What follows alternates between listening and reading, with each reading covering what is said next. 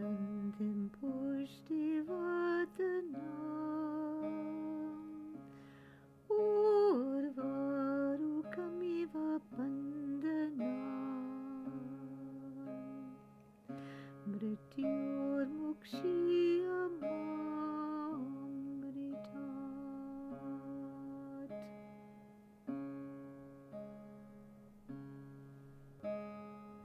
Welcome to Ayurveda and Spirituality with your host, Alakananda Ma, a renowned Ayurvedic expert and a graduate of a top London medical school.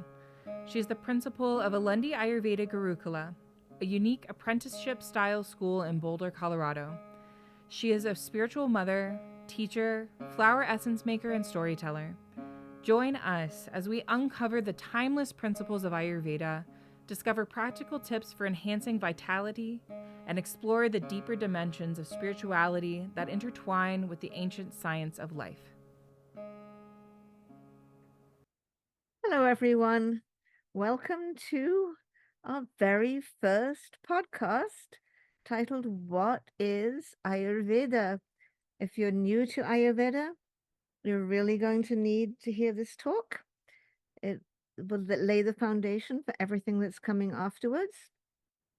If you're not new to Ayurveda, listen on because I might say something interesting or that has a different angle. Let's start with a chant to Ganesh. Om Ganana Amtva Ganapatigam Havamahe Kavim Kavinam Uppamashravastamam Jeshtarajam Brahmanam Brahmanaspatana Srinvanotibhi Siddhasadanam Vakratunda Mahakaya Suryakoti Samaprabha Nirvignam Kurume Deva Sarvakaryeshu Sarvada Siddhi Buddhi Shakti Sahita Sriman Mahaganadipataye Namo Namaha Nirvignam Kuru. Ayurveda, it's a combination of two words, Ayush, life or longevity, and Veda, science or body of knowledge. So Ayush plus Veda gives us Ayurveda, the science of life. Where does it come from? Basically, there are two places that Ayurveda comes from. Ancient texts going back to the Iron Age. We'll be quoting a little bit from one of these texts, the Charak Samhita, but also centuries of tradition. So I like to speak of the father lineage and the mother lineage. The mother lineage is the knowledge embodied in the ancient texts, memorized, chanted, passed on, preserved in manuscripts, translated. These texts form the foundation of Ayurveda. But we also have the mother lineage, the Ayurveda of the kitchen, the recipes and the remedies that grandmother has passed on to granddaughter since time immemorial. In fact, it might be that even before the texts of Ayurveda, even way back in the most ancient civilizations of India, we may have been having this mother lineage, these same recipes and these remedies. Well, how does Ayurveda define itself? Hita hitam sukam dukam ayustasya hita hitam manam cha takchayatroktam Ayurveda sa uchate. Ayurveda is that science which teaches us about hita hita, what is useful and what is detrimental for our health and our life. Sukham dukham, that which leads to happiness versus that which leads to unhappiness. So this science which is useful and which teaches us what is useful and detrimental to health and the happy and unhappy states of life, and what is good and bad for life. It's the span of life and life itself. So that is a pretty broad definition because Ayurveda, therefore, is good for everyone, good not only for the sick, but also for the healthy too. It is the knowledge by which we can have a healthy, happy life. So, how is Ayurveda different from today's medicine, Western medicine, such as I studied in medical school? Today, Ayurveda is considered as a CAM discipline, complementary and alternative medicine. But remember, back in the Iron Age and for centuries afterwards, it wasn't an alternative. There was nothing for it to be an alternative to. It was medicine. It was the only form of medicine. Today, we're acting more with Ayurveda as a calm discipline, a complementary medicine. How does it complement Western medicine? If you're having, God forbid, a heart attack or appendicitis, or you need surgery, you need to get to Western medicine. But Ayurveda complements Western medicine with more emphasis on well being. And also, and I've seen this over the decades in my clinic, so much more support for chronic illness, so much support for people that Western medicine doesn't really know what they've got, tells them they should be fine, but every morning when they get up, they don't feel fine. Here's a place where Ayurveda can really help. Ayurveda considers both the healthy and the sick. This is stated also in Charak Samhita. Ayurveda is for the healthy as well as for the sick. And we have two completely separate sections of Ayurveda. Swastavrita is health promotion. We also have disease management. So the health promotion is for each and every one of us at every stage of life. It's laid down in the texts of the father lineage, the dinacharya, exactly how we should go through our day, and the rutacharya, the different ways we should adjust our regimen for the seasons. And of course, the Ayurveda for the healthy is also deeply embedded in the mother lineage. Again, the grandmothers teaching their granddaughters, passed on from one woman to another, all the little tricks, all the little tips of how to lead a healthy life, how to keep our health. And oftentimes in the mother lineage, also many home remedies for when we are sick too. The other side of Ayurveda is disease management, and there's discussions on how to diagnose and how to treat every single disease. All the medicines to use, the things to avoid, the things to adopt for each disease. So Ayurveda for the healthy, Swastavrita, health promotion, and Ayurveda for when we're sick, how to manage every kind of disease. Now, when I was a medical student and a junior doctor, a very new idea was just coming in, and that was the idea of holistic medicine. It was the latest, it was the newest. Maybe we should start thinking about mind and body, or really holistic. Maybe we should start thinking about body, mind, and spirit. New and not new in the world of Ayurveda. This is the next verse from Charak. Sharirendriyas Tattvatma samyogo dhari jivitam nityagas channubandhascha paryayar ayurochate. Life is the combination of the physical body, the sense organs, the mind, and Atma, the self. This is the ultimate holistic view. The body, the senses, the mind, but something far beyond the mind, and not a sort of vague concept like spirit, but something that is very powerful, in depth idea, Atma, the self. Atma, that which resides in us, our true nature. Atma, that which resides in everyone else, in everything else. Atma, that which is not in any way separate from Brahma, the ground of all being.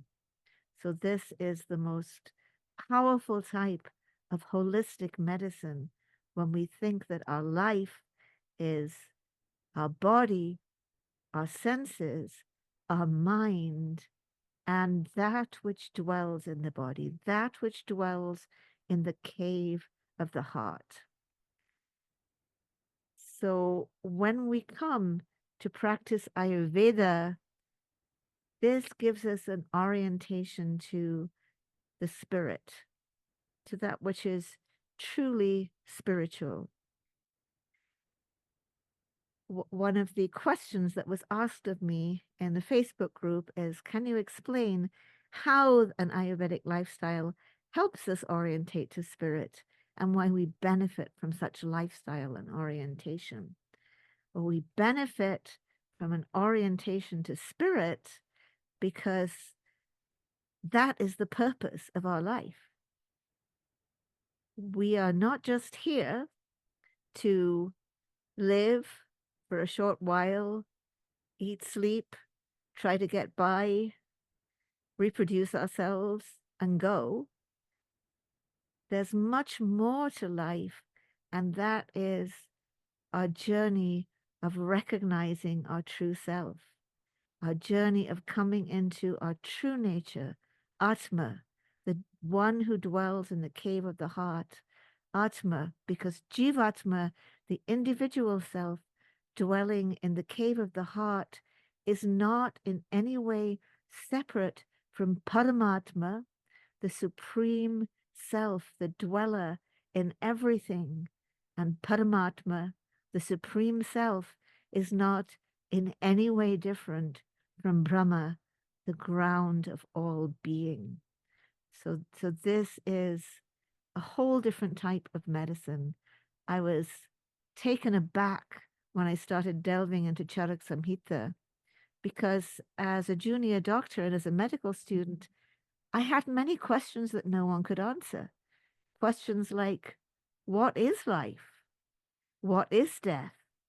What happens when we die? Who really are we? Who dies? Is there something that doesn't die? These were important questions. And when we studied anatomy and when we studied physiology, we didn't learn anything that could remotely answer those questions because we were in a reductionist and materialist worldview. A worldview that's also been described by Huston Smith as scientism. Not science, because the real scientist sees the limitations of his or her knowledge, but the scientism that tries to absolutize a reductionistic, materialistic view of life. I often thought when I was a junior doctor on the wards, the reason why we rushed so desperately to save life at its very last moment, at the moment when it was supposed to end, was because we didn't know that there was anything else. So when I came to study the anatomy of Ayurveda, I was astonished to find it begins with the self. It begins with the absolute reality and how absolute reality can embody itself and grow in the womb of a mother and come forth as a human being. So, according to Ayurveda, there are four aims of life: dharma, artha, kama, and moksha. Dharma literally means a gate, not actually Gate, gate, like something you walk through, but a Gait, the way, the manner in which we walk, that we walk in a correct way, that we walk in a proper way. That right way of walking through life is dharma. Artha, that's the acquiring wealth, not that we have to want to become the 1% or the zero point 0.1 of the 1%, not that we need to accumulate unnecessary amounts of wealth, but that we should properly pursue wealth, that we should have prosperity and abundance so we can take care not just of ourselves and our immediate families, widowed aunts, the temple, the charities, the poor, that we should have enough money to take care of ourselves and give to others. That's artha. Kama, that's pleasure or enjoyment. It includes the 64 arts, the music, the dance, the painting, drama, all the different types of aesthetic and artistic expression. And it also includes sexual pleasure. And of course, there's a whole text, the Kama Sutra, and other texts too. Kama Sutra is not even the only one that explain in great depth and detail how to have the very best kinds of sexual pleasure. Dharma, artha, kama, but also moksha, final liberation, to finally get off this repeating wheel of birth and death, to finally become completely free. That is the ultimate goal of life. And Ayurveda comes to help us not just to lead a dharmic life, not just to have prosperity and abundance, not just to have a good sex life and enjoy and participate in artistic expression, but also to become totally, absolutely free. So, this is something I never found when I was studying Western medicine, a type of medicine that comes to help us attain final, absolute freedom. Some other things that are very special and different about Ayurveda, we look at the energetics of everything. We look at the energetics of our foods, our herbs, and all the experiences that come to life.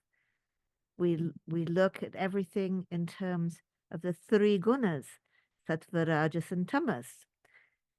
What things lead us to a pure and tranquil mind, what things to greater energy and passion, what things settle us into a solidity and inertia that is tamas, but also beyond that are the foods and experiences, herbs, medicines that we're taking. Are they heating or cooling?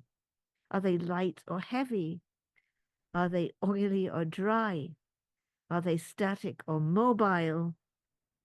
All these different kinds of energetics go into understanding how to live our life, go through our day in the right way. Gune gunan avarohanti, we use one quality to bring down another. So if it's a cloudy day with a foot of snow on the ground, it's cold, that is not the day to have an ice cream. I literally remember being outside the ice cream shop on my way walking to the foothills on such a day as I describe, and people were coming out of the ice cream shop. They were eating ice cream. I couldn't believe it. But like increases like.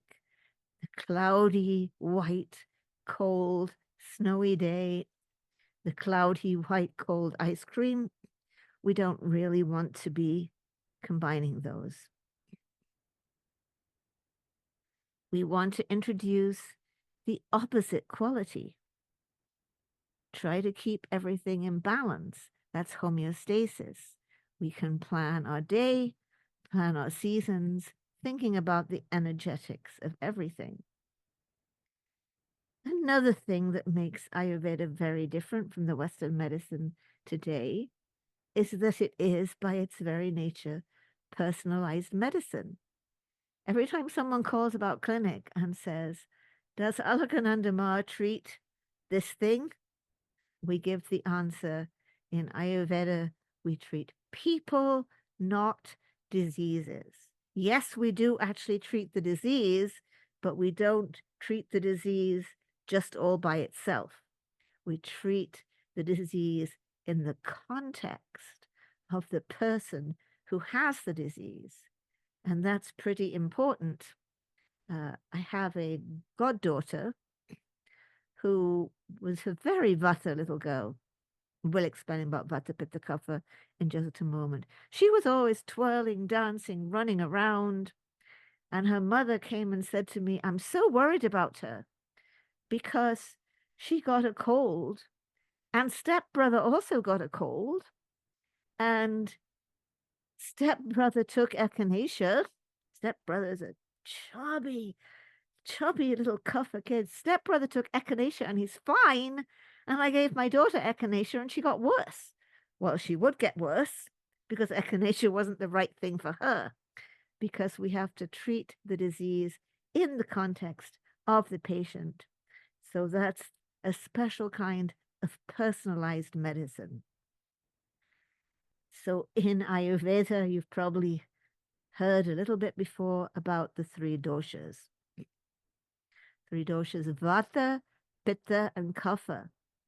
Vata being a combination of space and air. Vata's got a lot of movement, a lot of lightness, dryness, subtle, quick. Vata people are going to be slim. They're going to be running around, always on the move, creative, playful, maybe stressed and constipated. Then you've got Pitta, which is fire with a little contribution of water.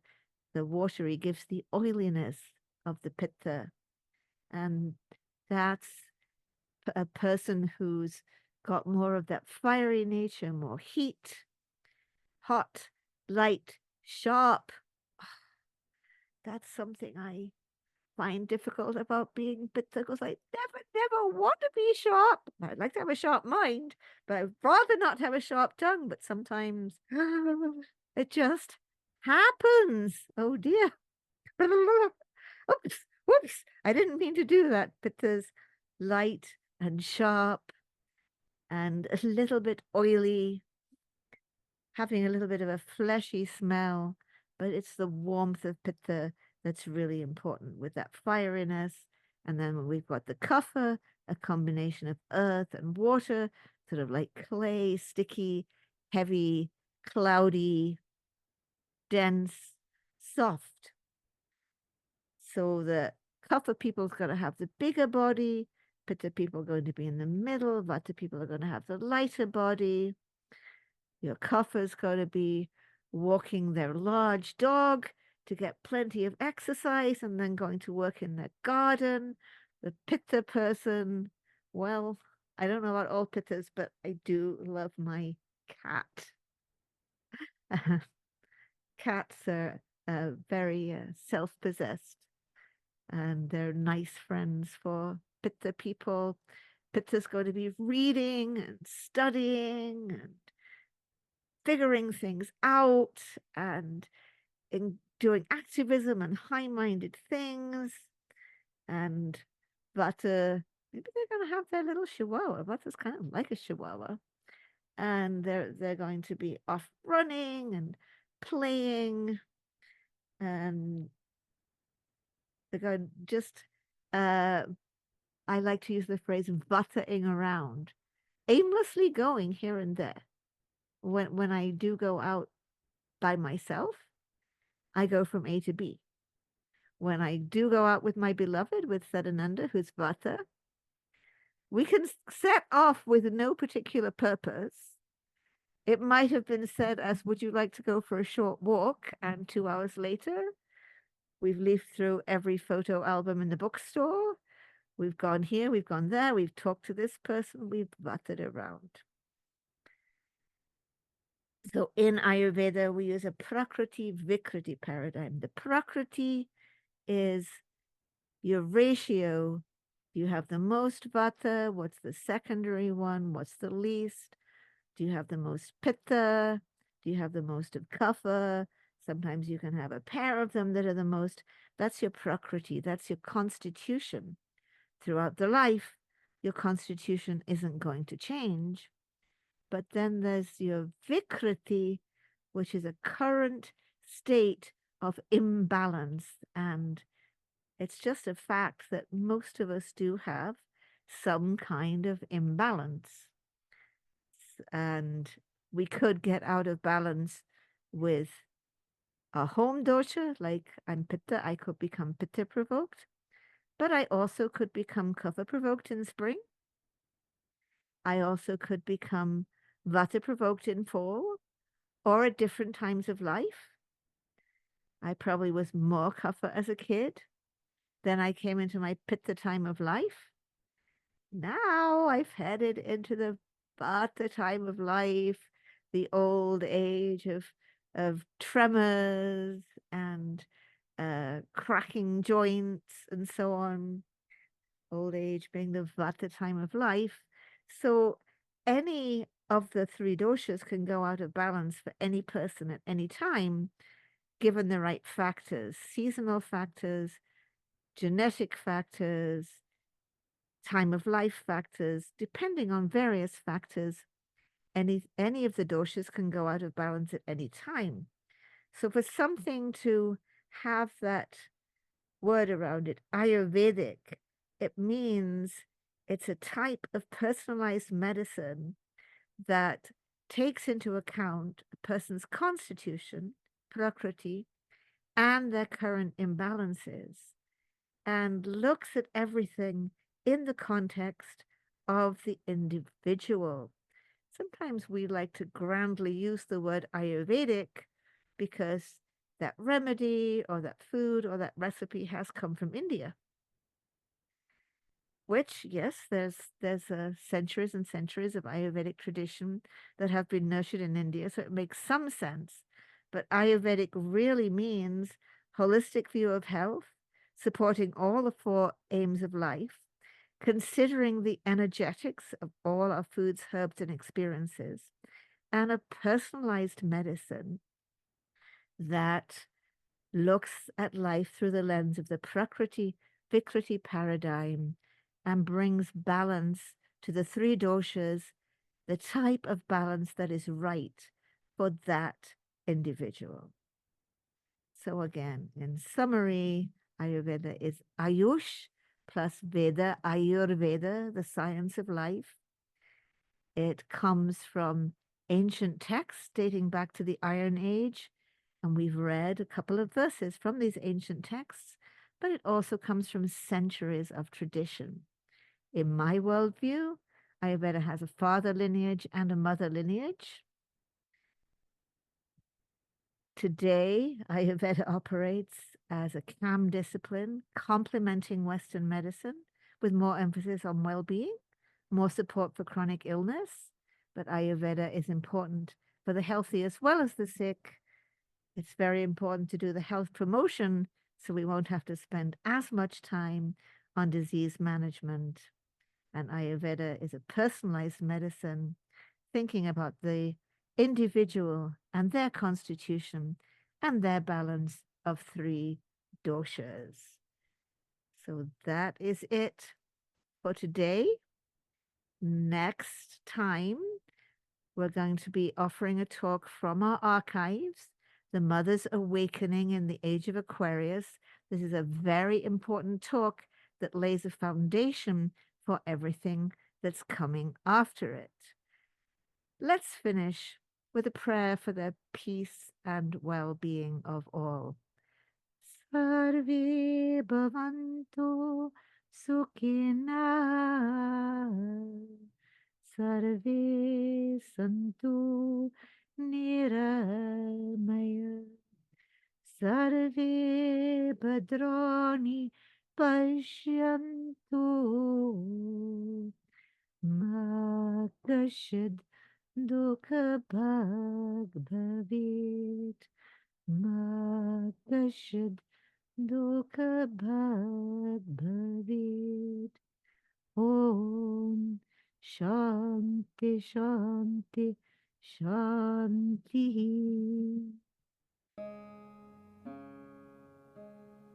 Thank you for tuning in to Ayurveda and Spirituality with Alakananda Ma. We hope today's exploration has ignited a spark of curiosity and insight within you. If you enjoyed this episode, be sure to leave us a 5-star review and share it with a friend. For more enlightening discussions and practical wisdom on Ayurveda and spirituality, subscribe and join our Facebook group, Alundi Ayurveda. To allow us to continue sharing valuable content, consider donating to Alundi Ashram. The links will be in the show notes.